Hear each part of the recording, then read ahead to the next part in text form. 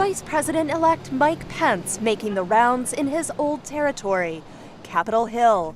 The former congressman expects to be a key link between President Trump and Hill Republicans who returned this week. Very confident that as we move toward inauguration, bring together a great team, work in concert with leaders in the House and the Senate, we're going to move an agenda that's going to rebuild our military, revive our economy, and in a word, make America great again. The newly re-elected House Speaker, Paul Ryan, said that ambitious agenda was still in its early stages. We are just in the beginning of the transition period. So we are just now working with the incoming administration on planning that transition. But the first full week of that transition was slowed by infighting, personnel changes, and criticism of Trump's appointments. Naming Steve Bannon as his chief strategist is an alarming signal that President-elect Trump remains committed to the hateful and divisive vision that defined his campaign.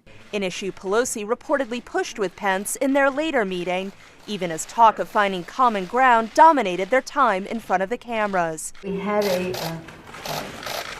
straightforward conversation about how we can work together on infrastructure, issues that relate to child care and the rest.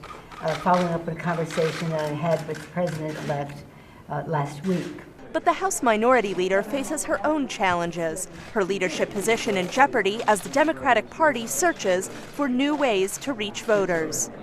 While the Vice President-elect met with current Democratic leaders inside the Capitol, the man many see as the future of the party rallied supporters outside to talk about a way forward. Donald Trump won the election for a number of reasons. But one of the reasons that he won is, in my view, a failure of the Democratic Party that must be rectified.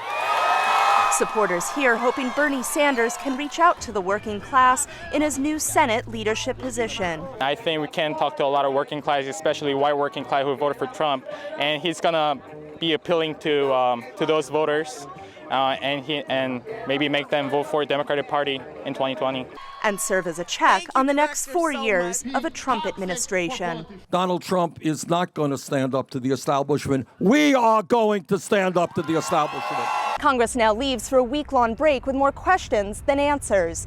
Democrats looking for leadership, while Republicans wait on a Trump transition. Katherine Gypson on Capitol Hill, VOA News.